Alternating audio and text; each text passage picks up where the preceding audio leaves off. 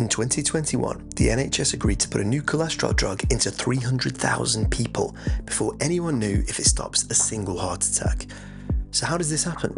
I traced through the whole machine and I found out. The drug's called Inclisiran, a twice-a-year cholesterol jab made by Novartis. It's chasing the statin market, now worth an estimated $17 billion a year on the basis of 200 million prescriptions in the US alone. So how does a market get that big? In 2004, a US expert panel ruled that any man over 45, any woman over 55 was now high risk and a candidate for statins. 8 of the 9 people on that panel had personal financial ties to the statin makers, and every one of the 5 trials they leaned on to justify this was funded by the firms that make these drugs. Then the same thing happened here in the UK.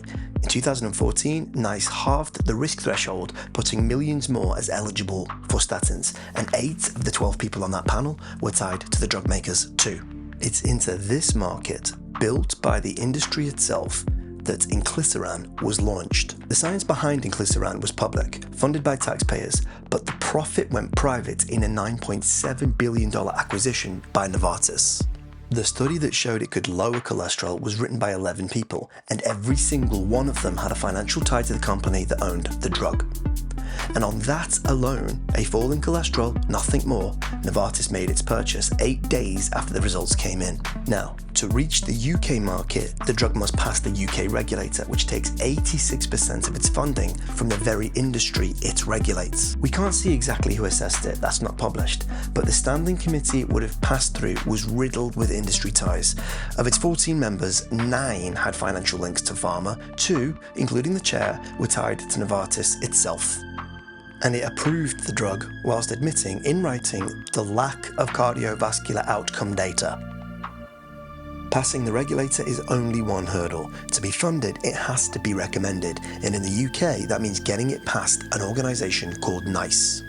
When NICE assessed Inclisiran, the expert who vouched for it was actually paid by Novartis, and our data shows he took £277,000 from Novartis over the following 3 years. The patient voice on the panel worked for a charity that had taken £59,000 from Novartis that year.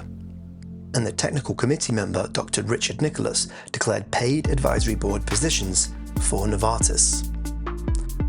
Another expert on the panel was actually running a trial at the time which was being paid for by Novartis at Oxford University. In every case, NICE ruled that these conflicts would not stop these people from helping them decide whether the NHS should pay for the drug. This is a pattern I found in dozens of other appraisals. NICE would wave through industry ties 98% of the time.